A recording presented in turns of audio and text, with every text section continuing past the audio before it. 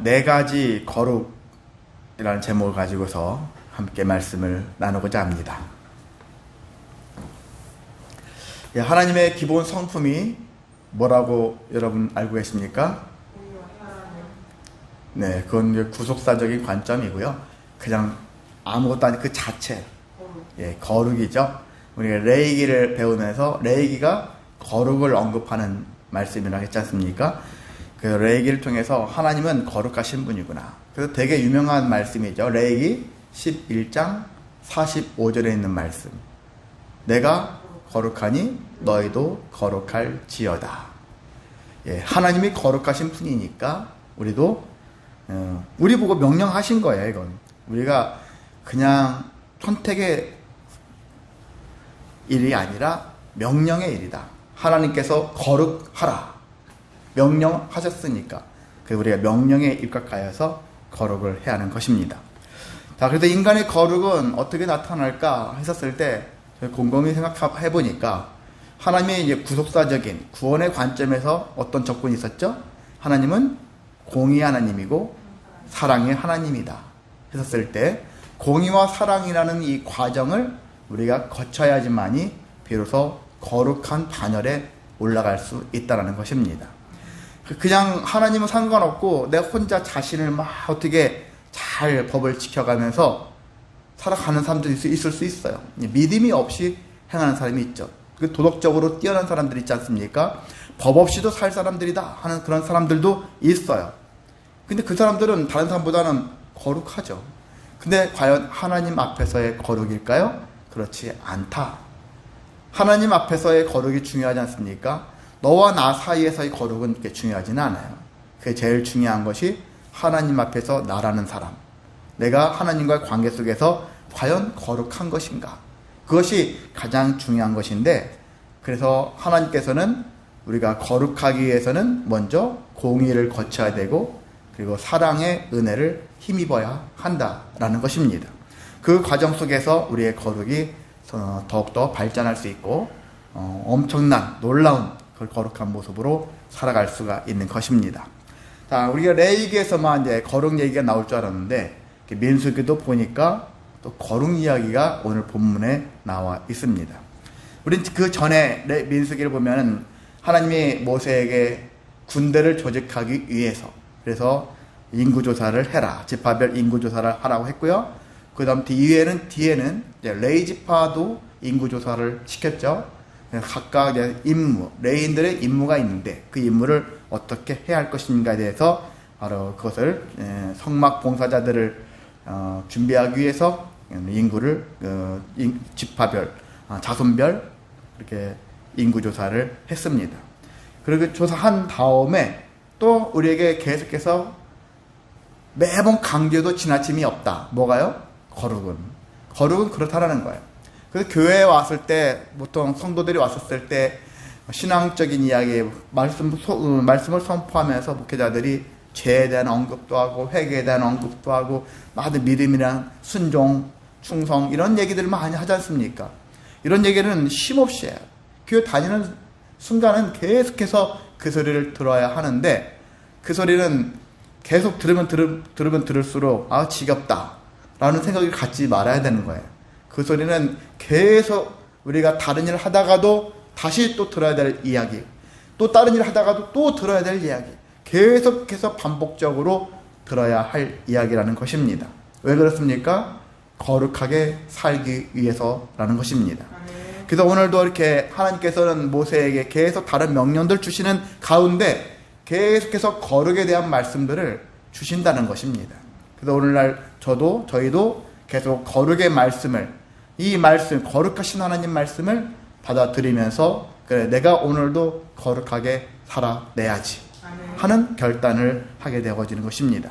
자, 여기 보면은요, 네 가지 거룩을 얘기했었는데 첫 번째는 하나님 앞에서의 거룩이라고 할 수 있습니다.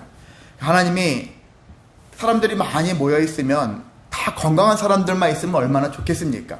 근데 현실은 건강치 못한 사람들이 많죠. 그 나이를 다 먹은 사람들 치고 건강한 사람은 거의 없죠. 50대만 해도 건강한 사람들의 일부가 존재할지 몰라도 60대, 70대 넘어가면 몸이 어딘가가 다 병들어 있어요. 멀쩡한 사람이 거의 없다고 할 정도로 그렇게 병들어 있습니다. 자, 그런데 여기 보면은 이제 육체적인 질병이지만 나병 환자, 문둥병이라고 하는 나병 환자, 한센병이라고 할 수 있는 이 병이죠. 이런 병, 이게 유행병이죠. 유행병, 그렇게 돌림병, 전염병이라 할 수 있는 병들이죠.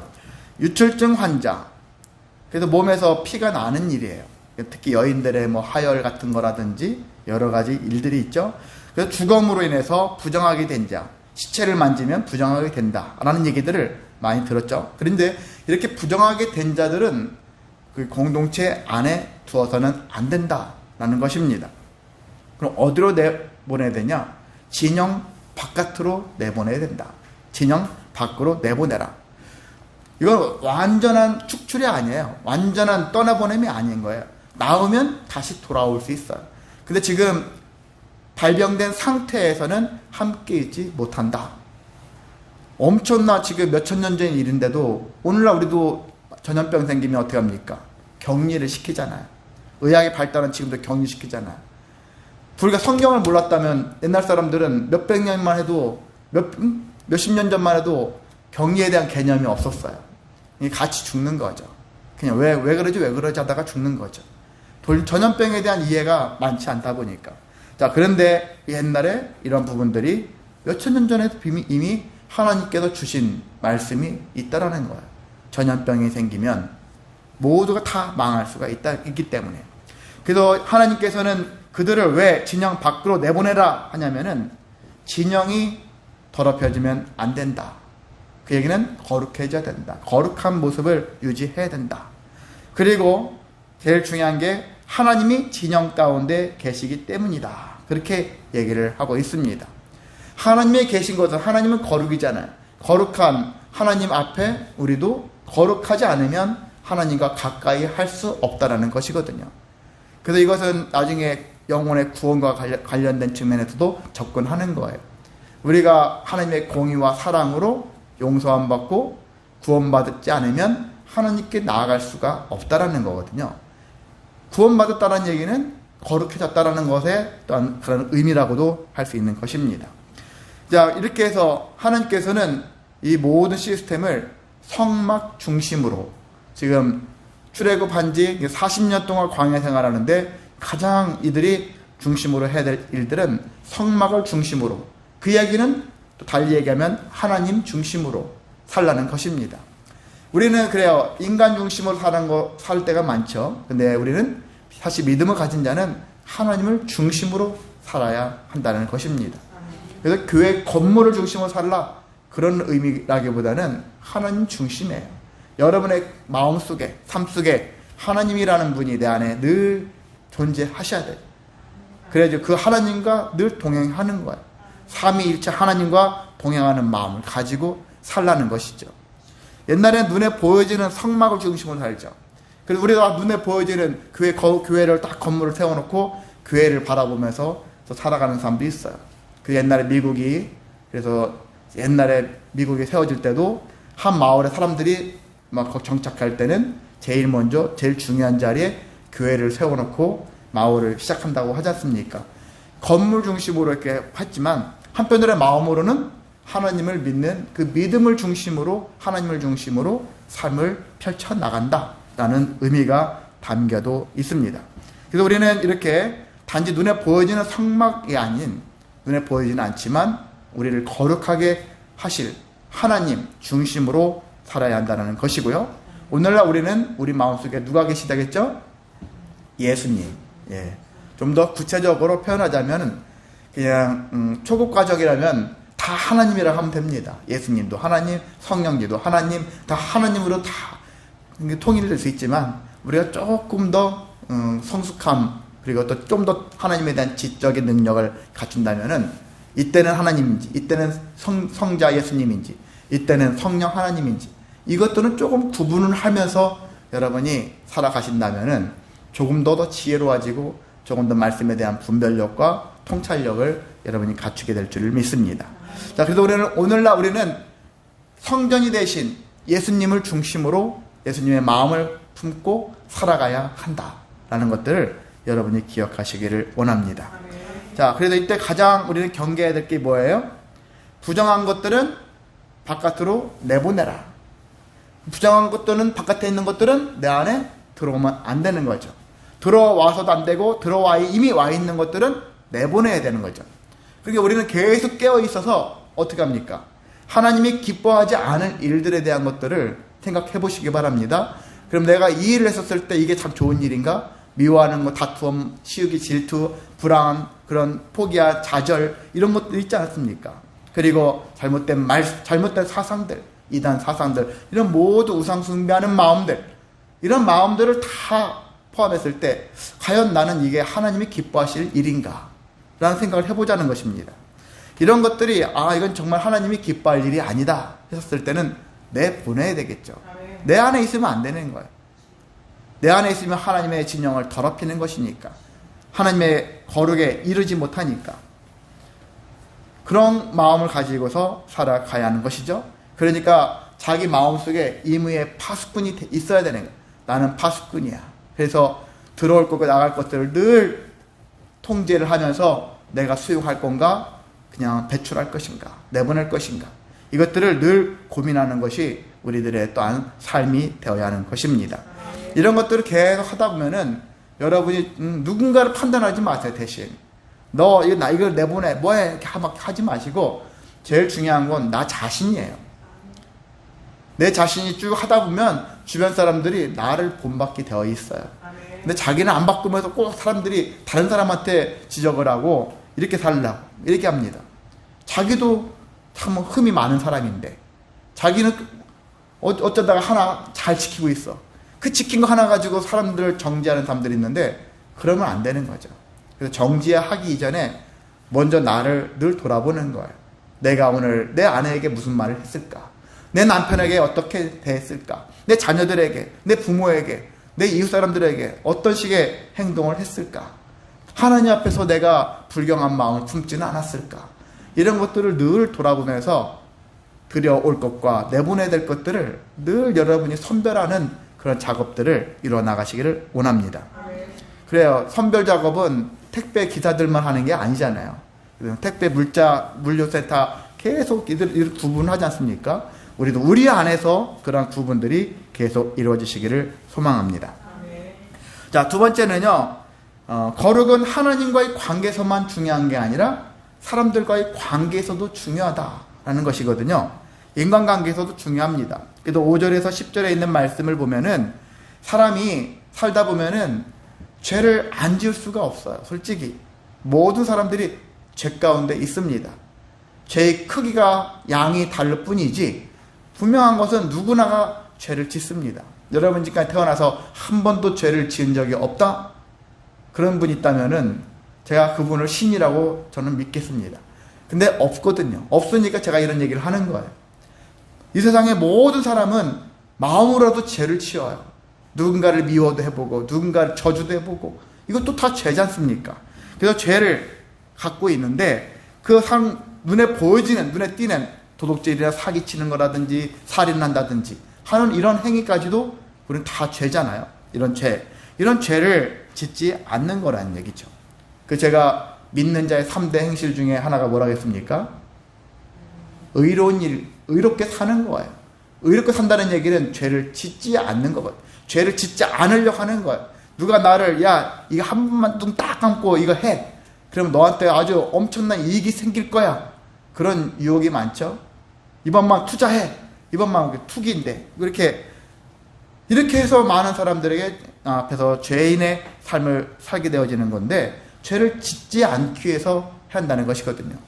근데 사람이 죄를 지을 수밖에 없죠. 살다 보면 어쨌든 간에 죄를 짓습니다. 그럴 때 죄를 속히 발견하라는 것입니다. 하나님이 율법을 주신 이유 중에 하나는 죄를 발견하라는 거예요. 율법을 다 지켜라 그런 의미보다는 죄를 짓지 말아라. 네가 죄인이다 라는 것을 깨닫게 하는 거예요. 그 바울이 우리에게 가르쳐 주지 않았습니까? 율법의 가장 큰 능력은 죄를 깨닫게 하는 것이다. 그렇기 때문에 죄를 통해서 우리도 법률이 있잖아요. 수많은 헌법이를 다 법들이 있는데 그 법을 통해서 내가 지금 제대로 살고 있는가 안 살고 있는가를 보면서 내가 이 법대로 한다면 나는 죄인이구나 깨닫지 않습니까? 하나님 말씀도 바로 그런 효과가 있는 거예요.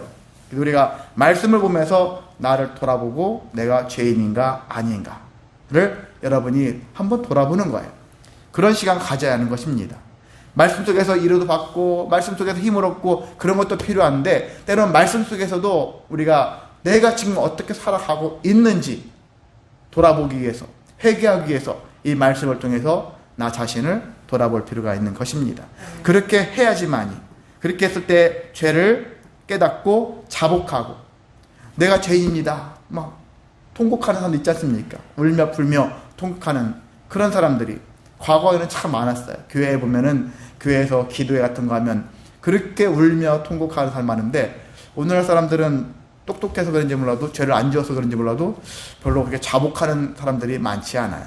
아니면 남을 의식해서인지 몰라도 속으로는 하는지 몰라도 겉으로 막 나는 죄인이다라고 고백하는 사람들이 많지 않아요. 다 고상한 사람들만 있어요. 그냥 그래서 제가 봤을 때는 좀 겉멋이 든 사람들이 많다라는 생각이 듭니다. 그래서 우리는 누군가를 의식하지 않는 거예요. 하나님 앞에서 죄를 자복하는 거예요. 나는 죄입니다 인정하는 거예요. 거기서부터 하나님의 구원이 시작되고 거기서부터 하나님의 은혜가 시작되어지니까 내가 죄를 자복하는 것이 결국 나한테도 유익하다라는 것입니다. 그래서 우리는 그렇게 해야 되고요. 여기 보면 혹시나 남에게 어떤 사람에게 해를 가했으면 항상 배상을 하라고 하죠. 배상. 내가 잘못을 한 것에 대한 배상. 배상과 보상은 다르다겠죠. 보상은 내가 법적으로 했는데도 어떤 사람이 해를 당할 수 있어요. 법의 보호를 받지 못해가지고 해를 당하는 사람이 있어. 그런 사람한테는 보상을 주는 거예요. 보상. 그런데 배상은 저 사람이 지금 내가 처음부터 이 법을 해가지고 이 법을 통해서 저 사람이 해를 당했어. 그럴 때는 배상하는 거예요. 배상인데 성경의 규정은 5분의 1. 그래서 120%를 배상을 해야 된다. 그래서 배상을 하는 그런 마음을 가지고 있어야 하는 것입니다. 그래서 이렇게 우리는 타인에게 어떤 손해를 끼쳤다면은 그 끼칠 때마다 그래 내가 잘했어 이번에 지혜로웠어 자기의 잘남을 나타내기보다는 나 때문에 누군가가 오늘 해봤지 않았을까, 나 때문에 오늘 그 사람이 슬퍼하거나 나 때문에 괴로워하지 않을까, 아파하지 않을까, 불안해하지 않을까, 이런 마음들을 조금 더 먼저 생각할 수 있는 마음을 생각하시고 혹시나 나로 인해서 그 사람이 손해가 있다면 그 사람에게 더 적극적으로 배상함으로 하나님의 은혜를 끼치게 하는 그런 삶이 우리에게 필요합니다. 자, 세 번째는요, 이런 가운데 그 사람이 이제 속죄를 할 거 아닙니까? 제사장에 해가지고 속죄의 제물을 드리고 그리고 화목제를 지내고 무슨 여러 가지 번제를 드리고 할 거예요. 이제 그러는 과정 속에서 이제 뭘 생각하냐면은 이런 생각, 이것도 거룩인데 제사장의 생활에도 관심을 가져라 라는 거예요.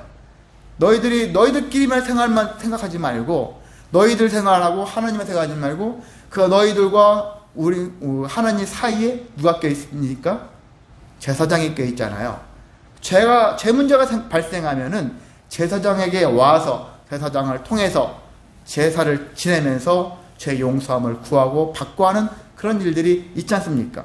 그래서 제사장이 중간자 역할을 하는데 그 중간자인 제사장에게 대한 예를 다해야 된다라는 거거든요.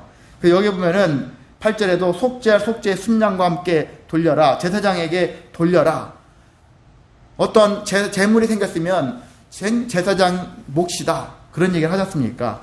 그래서 9절에도 이스라엘 자손이 거제로 제사장에게 가져오는 모든 성물은 그의 것이 될 것이다. 라는 얘기하는데 제사장을 배불리 잘 먹여라.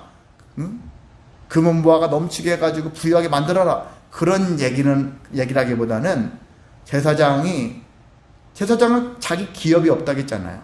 가나안 땅에 들어가면 사람들은 다 자기가 경작할 땅을 다 제공받는데 레위인들은 제사장들은 자기 땅이 없어요. 그 제사장의 상급은 하나님밖에 없다고 했어요. 제사장의 상급은 하나님이에요. 하나님이 주신 걸로 먹고 살아야 된다는 얘기죠. 그런 얘기 하는 건데 그럼 결과적으로는 하나님이 갑자기 옛 따가지고 한마디로 곡물을 주십니까? 돈을 주십니까? 그게 아닌 거죠. 여기는 지파 사람들이 제사를 지내면서 제물로 드려지는 거, 이런 거를 통해 가지고 먹고 살게 해준다라는 거거든요. 그러니까 이 이스라엘 백성 입장에서는 야, 저 제사장 우리가 제물을 드리니까 이 제물을 먹고 사는 거지, 결국 우리 때문에 저 사람 먹고 사는 거지, 이런 생각을 하게 되잖아요. 근데 그런 생각하면은 안 된다라는 거예요. 지금 드리면 누구한테 드리는 겁니까?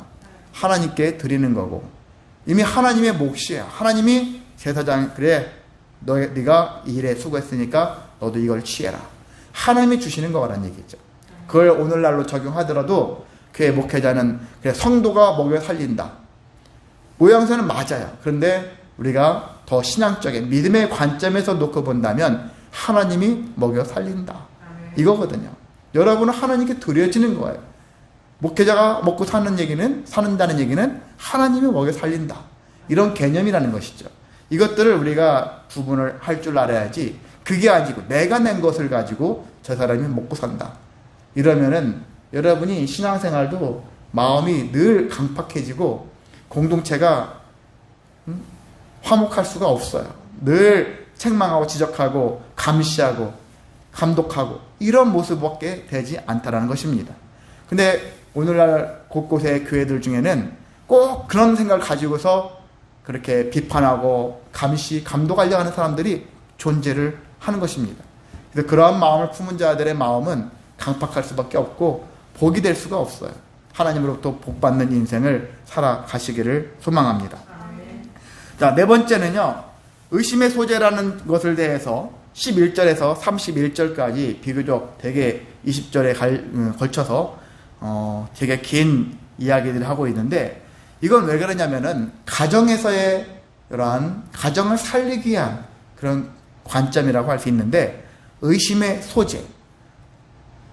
소재라는 게 뭐예요? 소재도 제사 하나의 종류잖아요. 소재는 유일하게 곡물로만 드리는 거예요.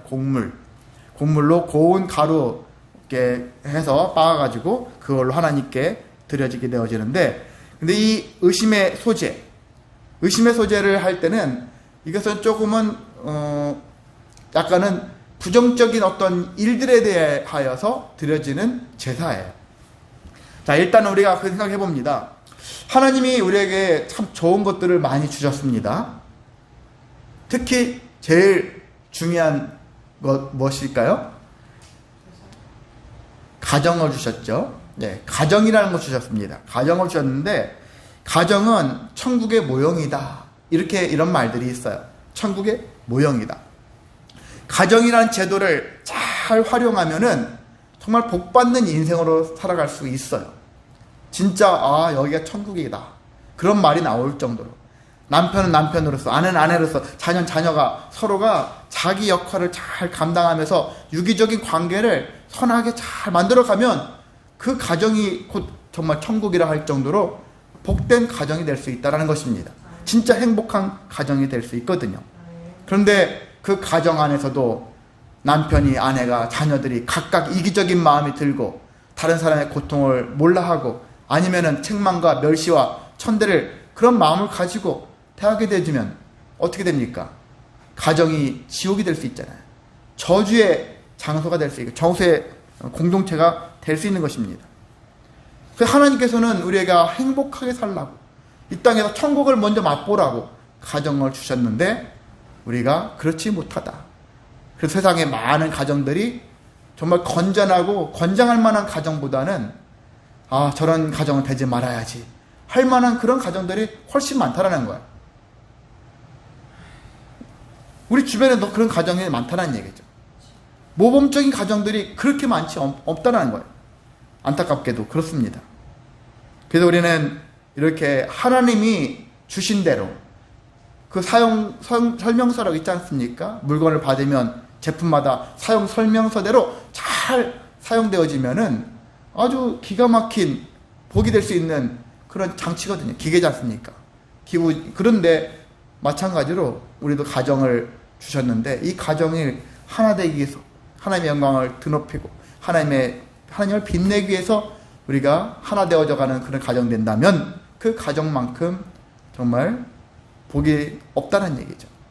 그런 놀라운 은혜가 있는데 근데 항상 문제가 터지죠. 그 어떤 문제가 생기냐? 일단 부부관계에서 제일 많이 생길 수 있는 일들이 불륜적인 것이죠. 불륜이 많이 발생을 합니다. 그러다 보니까 남자든 여자든 어떤 증상들이 생겨요. 내 남편에 대해서, 내 아내에 대해서 무슨 증상이 생깁니까? 의심하는 병, 의처증, 의부증, 의처증 이런 것들이 생기는 거예요. 근데 여기는 이제 성경이 여자에 대한 여자가 의부증, 남편을 의심한다라는 내용들은 없는데 여기는 의처증에 관련된 이야기들이 나와요. 아내를 의심하는 거예요. 내 아내가 바람난 것 같아 하는, 왜 어떤 놈하고 흔히 말해서 관계를 하고 있는 것 같아. 그런 의심하는 마음들이 생길 수 있다는 것입니다. 사실 만약에 아내 입장에서 자기는 정말 다른 사람하고 관계가 없는데 의처증이 생기잖아요. 정말 지옥과 같은 그런 가정생활을 할 수밖에 없다라는 거예요. 조금만 자기도 이상한 행위만 한다고 할지라도 잘못하면 주먹이 날라올 수 있어요. 발이 날라올 수 있어요. 정신적으로 육체적으로 학대를 당하며 살 수도 있거든요. 그런 부분들이 너무 비일비재하다라는 거죠. 오늘날 공부도 꽤 했다는 사람들이 모여 사는데도 불구하고 이런 부분들이 존재하는데 과거에는 남편이 아내를 조금만 하면 아내를 의심하는 경우가 많아요. 저도 어릴 적에 보면은 동네에서 의처증에 걸린 남편들이 꽤 많다라는 것들이 느껴졌어요. 그리고 과거에 더 오래전에 수백 년, 수천 년 전에는 더 이런 일들이 많았다라는 거거든요. 이런 일이 생기다 보니까 남편이 이 의처증을 없애야 되잖아요. 남편 입장에서. 아내 입장에서는 남편의 의처증 있는 남편으로부터 벗어나서 자유를 누려야 되잖아요. 내가 정말 그렇게 하지 않았다면. 그래서 이러한 것 때문에 이걸 위해서 어떻게 해야 되냐? 제사를 통해 가지고 해결하는 법을 오늘 본문의 11절에서 31절까지 나열하고 있는데 그 과정을 얘기할게요. 자, 의심의 소재를 드리는 절차가 있습니다. 일단 남편은 소재물로 보릿가루 10분의 1 에바, 10분의 1 에바라는 것이 이제 부피의 단위인데 2.2리터 정도 되는, 2리터가 조금 넘는 그 정도의 양입니다. 자, 10분의 1 에바를 가지고 자기 아내를 데리고 제사장에게 갑니다. 그 제사장은 여인을 하나님 앞에 세우는데 어떻게 세우느냐? 일단 머리를 다 풀게 만들어요. 머리를 다 풀고 그리고 그 손에 소재물을 들죠. 보릿가루 10분의 1 에바를 들려서 성막문 앞에 서게 합니다. 마치 하나님 앞에서 재판을 받는 것 같은 느낌이잖아요. 그런 느낌을 주는 거예요. 자, 그렇게 한 다음에 제사장은 어떤 이제 토기를 가지고 와서 물두멍에 있는 물, 거룩한 물이, 성경은 거룩한 물이라 하는데 성수라고도 할 수 있겠죠. 근데 물두멍에 있는 물을 떠다가 토기에다 담고 그것뿐만 아니라 성막의 앞에 있는 성막 바닥에 티끌들이 이제 먼지 같은 거, 흙먼지 같은 것들이 있겠죠.